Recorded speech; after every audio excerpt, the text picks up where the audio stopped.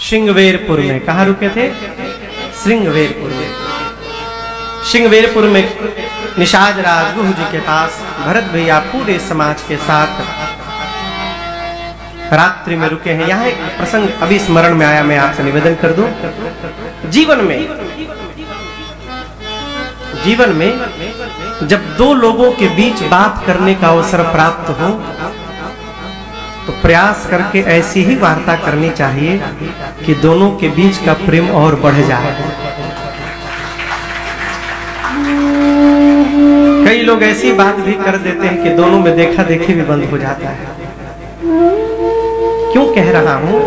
राम जी जब रात्रि में निषाद राजगुरु के पास रुके थे, आप मानस जी को पढ़िएगा तो राम जी और निषाद राजगुरु में रात में वार्ता नहीं भई।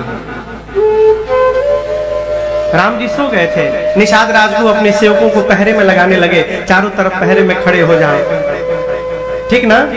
लेकिन यहाँ भरत जी जब रात में रुके हैं तो भरत जी अपने को कोसने लगे, मैं धिक्कार है मुझ पर, मैंने जन्म क्यों लिया, मेरे कारण मेरे भैया को वन में आना पड़ा। तब निषाद राजगुरु जी भरत जी से कहते हैं, भरत जी विधि बाम की करनी कठिन, जेहि मातु की बावरी। हे भरत जी, ये विधाता की करनी कठिन हो गई। विधि बाम, बाम यानी विमुख। आज आपके परिवार पर विधाता विमुख हो गए हैं, जिन्होंने आपकी मैया को बावली बना दिया। लेकिन हम आपसे कहें, जब राम जी यहाँ पर रात को रुके थे ना, तो मैं था तेही रात पूनी पूनी करही प्रभु सादर सरहना रावरी। निषाद जी कहते रात भर राम जी केवल आप ही की प्रशंसा करते रहे, पूरी रात हमसे राम जी ने आपकी प्रशंसा की है। मैं कहता हूं भरत जी, राम जी के मन में आप जैसा प्रियतम संसार में दूसरा कोई नहीं है। आप बड़भागी हैं भरत जी कि आपके भैया आपको इतना प्रेम करते हैं। भरत जी गदगद हो गए।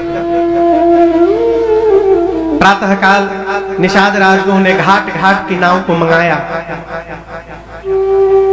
पूरी अयोध्या की प्रजा को गंगा के पार पहुंचाया। अब आपसे एक निवेदन करूं, बीच में पहले नहीं बता पाया मैं समय अभाव के कारण। राम जी जब अयोध्या से चले तो चक्रवर्ती दशरथ जी ने सुमंत जी को रथ देके भेजा था। राम जी अयोध्या से लेकर और श्रृंगवेरपुर तक रथ पर बैठकर आए थे। गंगा जी को पार करने के बाद राम जी पैदल पैदल गए, ठीक। भरत जी जब पूरे समाज को लेके चले हैं तो माताएं पालकी पर बैठी हैं, गुरु जी रथ पर बैठे हैं, अयोध्या के लोग अपने अपने वाहन पर बैठे हैं। लेकिन भरत भैया और शत्रुघ्न भैया किसी वाहन पर नहीं बैठे, पैदल पैदल चलने लगे। बनसिया राम समुझी मन माही, सानुज भरत पया देहि जाहि। भरत भैया सोचे कि मेरे भैया वन में बैठे हैं और मैं भैया से मिलने जाऊंगा तो वाहन पर बैठ के जाऊंगा, यह धर्म हो जाएगा।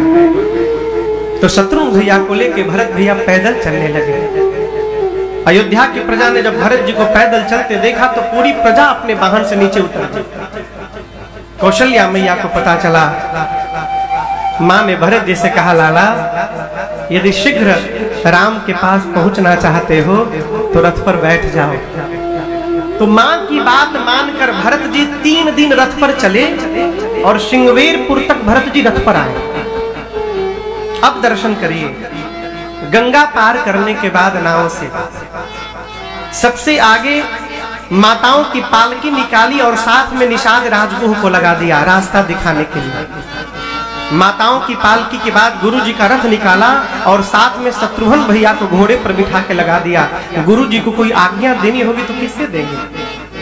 गुरु जी के जाने के बाद अयोध्या की पूरी प्रजा अपने अपने वाहन पर बैठ करके आगे बढ़ी और सबको भेजने के बाद यहाँ से भरत जी अब पैदल चलना शुरू किया। भरत भैया के घोड़े का नाम है कोतल। गोस्वामी जी कहते हैं कोतल संग जाहि डोरी आए। कोतल के गले के लगाम को पकड़ के हाथ में भरत जी पैदल पैदल चलने लगे।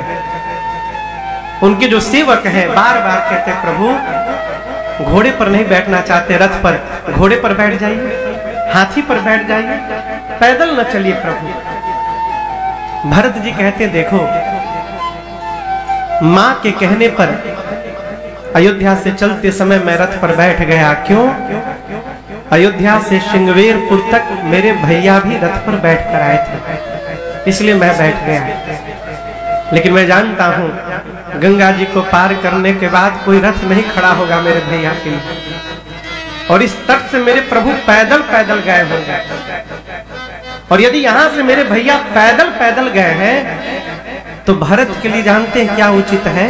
मेरे लिए उचित है कि सिर भरी जाऊं उचित असमोरा। भरत जी बोल रहे हैं कि मेरे लिए उचित है कि मैं सिर पे चलूं। मैं पैदल चल रहा हूं तो अपने प्रभु की बराबरी कर रहा हूं। और आपसे निवेदन करूं, घर हो, परिवार हो, समाज हो, जीवन में बड़े छोटे का अंतर दिखाई देना चाहिए। है? कोई हमसे बड़ा है तो अंतर पता चलना चाहिए कि वो हमसे बड़ा है। ये मर्यादा कहती है। जिस सुख को हमारा श्रेष्ठ न ले स्वयं को उस सुख से बचाना चाहिए, ये धर्म कहता है। भरत जी कह रहे हैं कि यहां से मैं सिर पे चल के जाऊं मेरे लिए उचित होगा। मैं पांव पे चल रहा हूं, अपराध कर रहा हूं। और आपसे बताऊं पैदल चलते चलते दिन के तीसरे पहर भरत जी तीर्थराज प्रयाग पहुंचे। और आज जीवन में पहली बार भरत भैया पैदल आए हैं। उसका परिणाम क्या हुआ?